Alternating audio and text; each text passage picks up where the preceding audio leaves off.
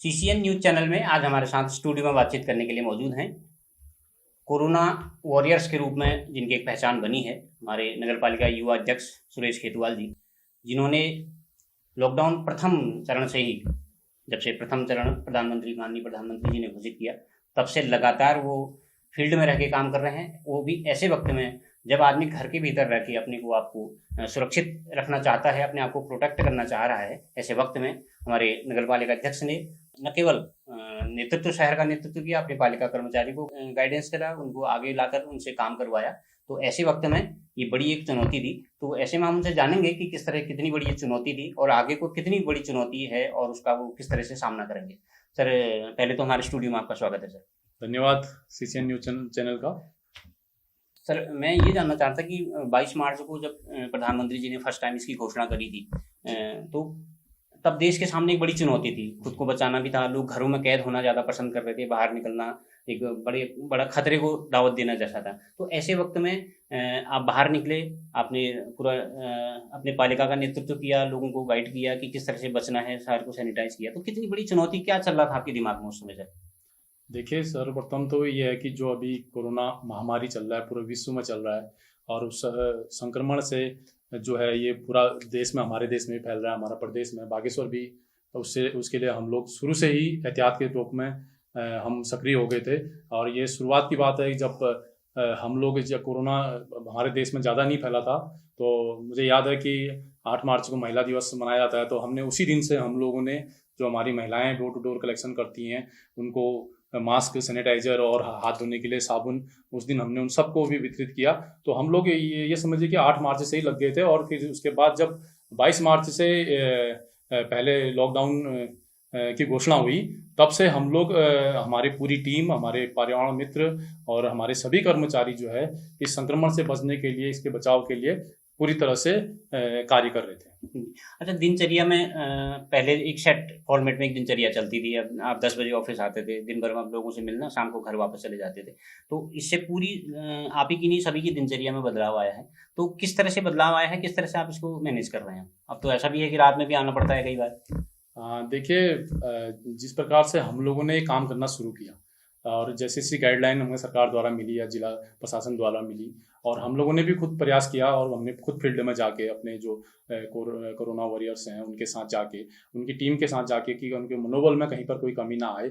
हम कंटिन्यू, हमने जब स्टार्ट किया तो हमने पूरे पहले नगर क्षेत्र, जो शहरी क्षेत्र है, बाजार क्षेत्र है, इसको हमने सैनिटाइज किया और ब्लीचिंग की और फॉगिंग किया। फिर हमने सभी वार्डों को, हमारे 11 वार्ड हैं, चाहे बिलोना हो, चाहे मंडल सेरा हो, कठैतबाड़ा हो, जो भी ग्रामीण क्षेत्र है, वो सब जगह हमारे जो वॉरियर्स हर घर घर में जाके उन्होंने सैनिटाइज किया, ब्लीचिंग की और फॉगिंग किया। और वो कार्य अभी भी लगातार चल रहा है। और इस बीच हमने खुद, हमारे अधिशासी अधिकारी और मैं स्वयं उनके साथ जाके कंटिन्यू कि वार्डों में घूम घूम के, कि उनके मनोबल में कहीं पर कोई कमी ना आए। क्योंकि जिस प्रकार से एक डर, एक जो फैला था कि कोरोना जो है वो फैल रहा है, तो हमारे जो कोरोना वॉरियर्स हैं या कर्मचारी हैं, पर्यावरण मित्र हैं, तो उनके मनोबल में कहीं पर कोई कमी ना आए। और नियमित रूप से जो है सफाई कार्य भी लगातार चल रहा है। हमारे जितने पर्यावरण मित्र हैं वो अपने कार्य में जो है, उन सुबह से जो उनका रेगुलर चलता है कार्य, वो कंटिन्यू चल रहा है उनका। और हमारा भी जो दिनचर्या थी, तो इसमें कोई समय नहीं देखा। हमने भी, हमारे जो कर्मचारी हैं उनका मैं बहुत बहुत धन्यवाद दूंगा। जब भी हमारे अधिशासी अधिकारी उनको जो टाइम देते थे, उस टाइम पर वो आते थे। तो जैसे कि उनको सुबह 10 बजे न बुला के, हम लोग सुबह 7 बजे बुलाते थे, और 7 बजे से, क्योंकि धूप भी लग जाती थी, तो वो लोग आते थे और पूरा कार्य करते थे। दूसरी शिफ्ट दिन में रेस्ट दे के फिर शाम को फिर दूसरी शिफ्ट में भी काम करते थे। तो मैं बहुत बहुत धन्यवाद दूंगा अपने सभी पर्यावरण मित्रों को, कर्मचारियों को, कि उन्होंने इस महामारी में पूरा साथ दिया और बिल्कुल भी बिना डरे जो है वो अभियान अभी तक जारी रखा है। अच्छा, देखिए, एक माहौल ऐसा था कि डर और दहशत का माहौल था जब कोरोना ये बीमारी शुरू हुई थी। तो लोगों में एक बड़ा डर सा था। लोग अपने लोगों को समझा भी रहे थे कि भाई ज़्यादा मत घूमो, मास्क पहनो, सैनिटाइजर करो। तो ऐसी स्थिति में आप भी एक परिवार से जुड़े हुए हैं, परिवार में वापस जाना होता, तो परिवार के रिश्तेदारों का एक दबाव रहता था कि यार चलो मत जाओ भाई, जितनी हो गई बहुत हो गई, समाज में इस तरह का क्या कुछ रहता था मन में? लोगों का सुझाव आते थे परिवार के सदस्यों से, कितना दबाव रहता था उस वक्त? देखिए, शुरुआत में जब एक भय तो रहा शुरू में, तो जब घर से हम लोग निकल रहे थे, तो क्योंकि हमने देखा कि यार हमारे जब कर्मचारी आ रहे हैं, पर्यावरण मित्र आ रहे हैं, तो हमें भी निकलना चाहिए। तो मुझे भी शुरू शुरू में घर से बोल रहे थे कि घर से बाहर नहीं निकलना है, लॉकडाउन है। तो हमने खुद कहा कि यार हम नहीं जाएंगे तो कैसे काम चलेगा, क्योंकि उन लोगों को आगे करना है। जिम्मेदारी जी बिल्कुल बिल्कुल।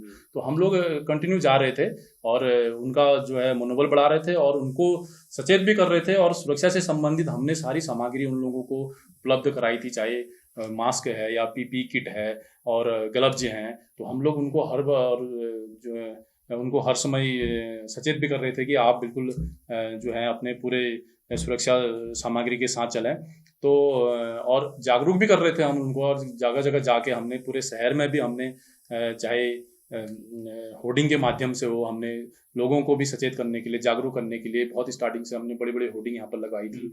और उसके साथ साथ जो हमारी कूड़ा गाड़ी है उसमें भी हमने माइक के माध्यम से भी लोगों को जागरूक करने का काम किया। तो एक डर तो था, पर लेकिन ऐसा कुछ नहीं, मतलब थोड़ा सा दिनचर्या में चेंज हुआ है। तो शुरुआत में थोड़ा सा डर रहे थे, घर में भी बच्चे डर रहे थे। तो हमने भी बाहर एक पानी और वो रखा था, तो हाथ धो के आओ या सैनिटाइज करके आओ। तो वो सब जो है एक रूटीन जैसा हो गया, अब तो चल ही रहा है कंटिन्यू। अच्छा, जब आप पूरे शहर में घूम के, बाजार में घूम के, जब आप राउंड के बाद जब घर वापस जाते हैं, तो एक ऐसा किस तरह का रहता है कि घर में लोगों से मिलना जुलना होता है, तो कितना कुछ चेंज आया है कि क्या क्या एहतियात आप बरतते हैं? अब देखिए, घर में तो क्योंकि दिक्कत तो आई थी, क्योंकि बेरोजगारी थी, तो सुबह से ही जो है मेरे घर पर जो है लोग कई दूर दूर से जो हमारे क्षेत्र के हैं वो लोग, गरीब लोग भी पहुंच जाते थे। तो जो भी मदद होती थी हर संभव में उनको मदद भी करता था और उनको आश्वासन भी देता था, और प्रशासन के माध्यम से भी मैंने उन लोगों को मदद दिलाई। तो थोड़ा सा डर रहता था, पर लेकिन अब यह है कि धीरे धीरे जो है आदत बन गई थी। और जो है क्योंकि घर के अंदर जाना है तो हमने पहले से ही बाहर से सैनिटाइज वगैरह करके हाथों को धो के तब हम अंदर जा रहे थे।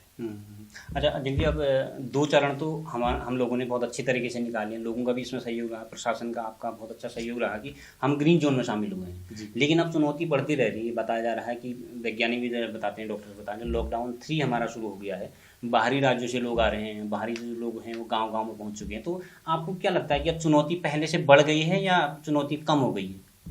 देखिए, पहले तो मैं धन्यवाद दूंगा अपने सभी कोरोना वॉरियर्सों को, अपने जिला प्रशासन को, पुलिस प्रशासन को, अपने स्वास्थ्य विभाग के सभी कर्मचारियों को, कि जिन सबके सहयोग से और जिन सबके जो लोग कार्य कर रहे थे उनकी मेहनत से जो हम लोग ग्रीन जोन में रहे।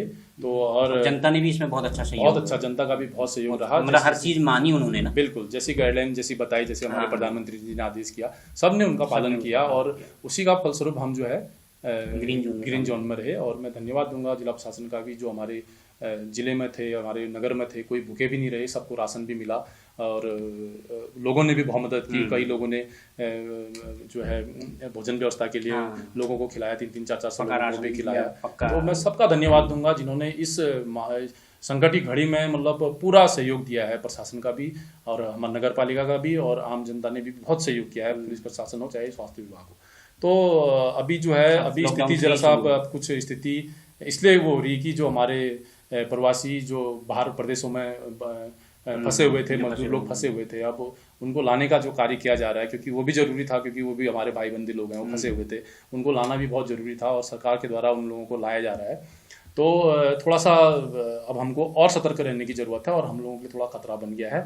तो मैं आपके माध्यम से, आपके चैनल के माध्यम से सभी लोगों को कहना चाहूँगा कि जिन जिन को ये जिम्मेदारियाँ दी हैं, चाहे हमारे ग्राम सभाओं में प्रधानों को जिम्मेदारी दी है, ग्राम सेवकों को दी है, हमारे नगर में हमारे नगर पालिका के सभासदों को दी है, तो जहाँ भी आ रहे हैं, जहाँ भी क्वारंटाइन सेंटर बना रखा है या घर में होम क्वारंटाइन भी कर रहे हैं, तो उन पर सब पर नज़र रखें, और अगर कोई बाहर से आ रहा है तो उसकी सूचना तुरंत दें, और उनको भी जागरूक करें कि अब जहाँ इतने दिन बाहर रह गए हैं तो 14 दिन अगर वो थोड़ा सा परिवार से अलग रहें, या अगर होम क्वारंटाइन भी कर रहे हैं तो पूरी सतर्कता के साथ करें और अपना एक अलग से रूम में रहें। तो मेरा यही संदेश है, और क्योंकि खतरा बना है अभी, पहले से बहुत ज़्यादा, अब ज़्यादा हमारे लिए रिस्क हो गया है, और अभी हमको ज़्यादा सतर्क रहने की आवश्यकता है।